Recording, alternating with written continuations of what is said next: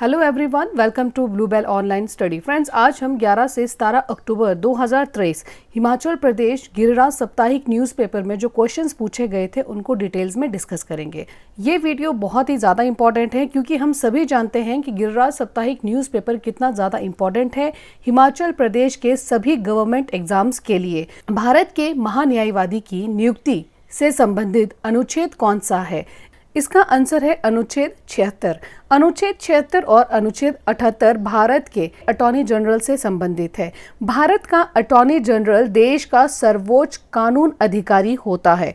इसके अलावा वे सरकार को उसके सभी कानूनी मामलों में सहायता करने के लिए जिम्मेदार होता है। इसके अलावा ये पॉइंट बहुत ही ज़्यादा इंपॉर्टेंट है, राष्ट्रपति अटॉर्नी जनरल की नियुक्ति करता है, क्योंकि सेपरेटली क्वेश्चन पूछा जाता है कि एजी की नियुक्ति किसके द्वारा की जाती है या महान्यायवादी की नियुक्ति किसके द्वारा की जाती है। तो ये की जाती है राष्ट्रपति के द्वारा और वे राष्ट्रपति की मर्जी तक पद पर बना रहता है अटॉर्नी जनरल। उसके बाद नेक्स्ट क्वेश्चन है, राष्ट्रीय झंडे की अभिकल्पना को भारतीय संविधान में कब ग्रहण किया गया था? इसका आंसर है 22 जुलाई 1947 को। भारतीय राष्ट्रीय ध्वज को इसके वर्तमान स्वरूप में 22 जुलाई 1947 को आयोजित भारतीय संविधान सभा की बैठक के दौरान अपनाया गया था।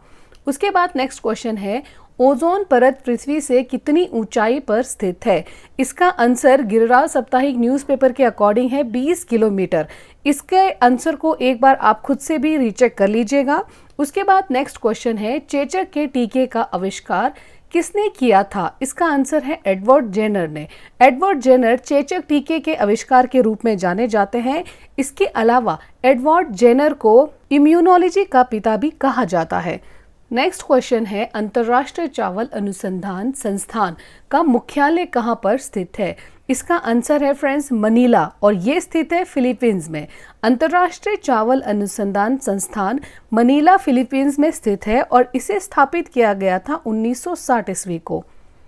उसके बाद नेक्स्ट क्वेश्चन है, प्रथम एशियाई खेल कब आयोजित किए गए थे?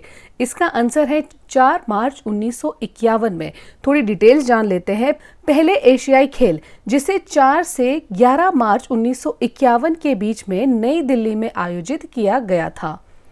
उसके बाद नेक्स्ट है, गीता रहस्य नामक ग्रंथ किसने लिखा था? इसका आंसर है बाल गंगाधर तिलक जी ने।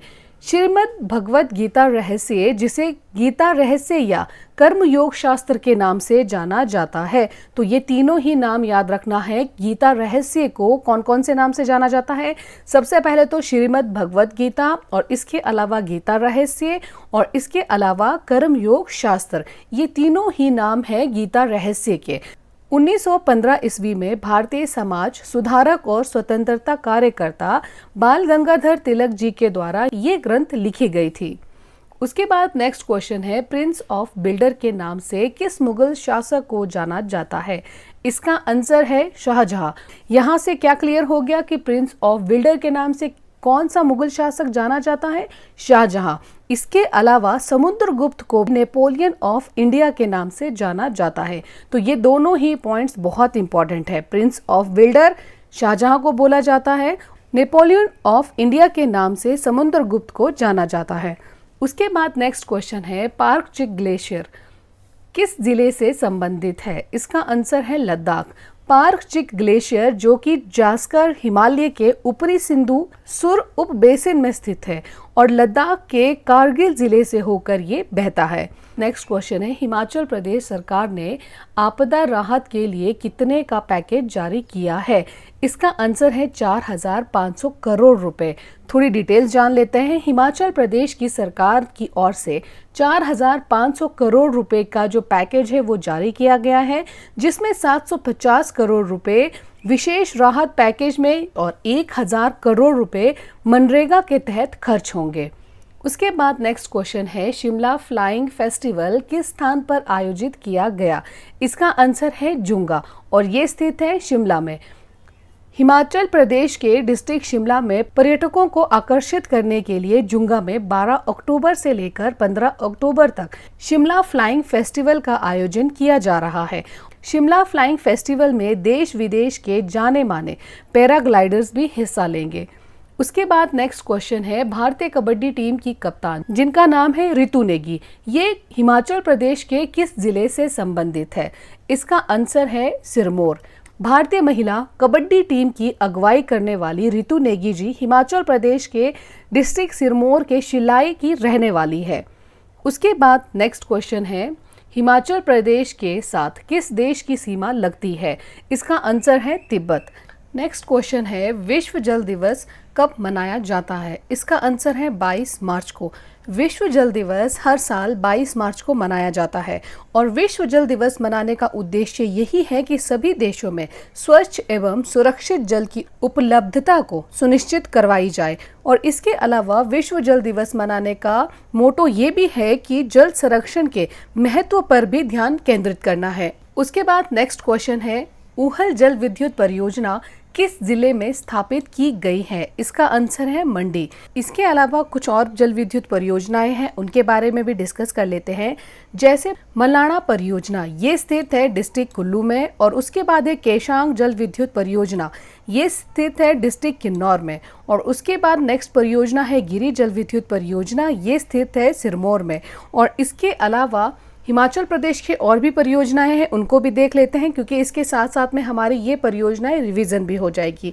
गिरिनगर जल विद्युत परियोजना, गिरिनगर जल विद्युत परियोजना हिमाचल प्रदेश के सिरमौर जिले में स्थित है और ये सिरमौर जिले के गिरी नदी पर स्थित है गिरिनगर जल विद्युत परियोजना। गिरिनगर जल विद्युत परियोजना की स्थापित क्षमता 60 मेगावाट है, जिसमें इसे 30 मेगावाट की 2 इकाइयों में डिवाइड किया गया है और ये परियोजना हिमाचल प्रदेश राज्य विद्युत बोर्ड के अंतर्गत आती है। तो ये भी ध्यान रखना है कि कौन सी परियोजना किसके अंतर्गत आती है, क्योंकि सेपरेटली क्वेश्चन पूछा जाता है। तो गिरिनगर जल विद्युत परियोजना हिमाचल प्रदेश राज्य विद्युत बोर्ड के अंतर्गत आती है।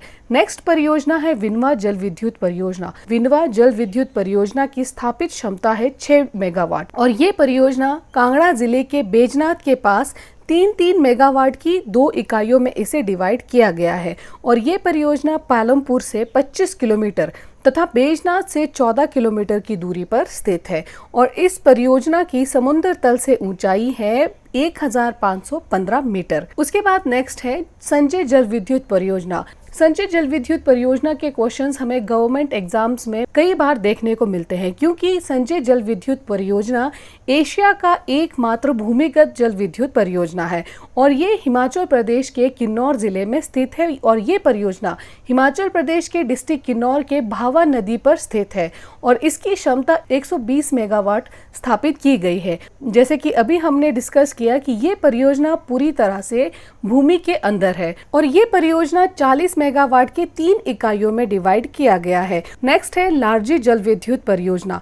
लारजी जल विद्युत परियोजना हिमाचल प्रदेश के डिस्ट्रिक्ट कुल्लू में स्थित है और ये व्यास नदी पर बनाया गया है और लारजी जल विद्युत परियोजना की स्थापित क्षमता है 126 मेगावाट और ये परियोजना सितंबर 2007 में कंप्लीट हुई थी। नेक्स्ट परियोजना है रोंगटोंग जल विद्युत परियोजना। रोंगटोंग जल विद्युत परियोजना 2 मेगावाट की परियोजना है और ये परियोजना लोंगोल स्पीति जिले में रोंगटोंग नाला पर स्थित है, जो कि स्पीति नदी की सहायक नदी है। रोंगटोंग जल विद्युत परियोजना 3600 मीटर की ऊंचाई पर स्थित है। रोंगटोंग जल विद्युत परियोजना दुनिया में सबसे ऊंचाई पर स्थित परियोजनाओं में से एक है। आई होप फ्रेंड्स आपको मेरा ये कंटेंट पसंद आया होगा। वीडियो को लाइक और चैनल को जरूर सब्सक्राइब कीजिए। Thank you so much.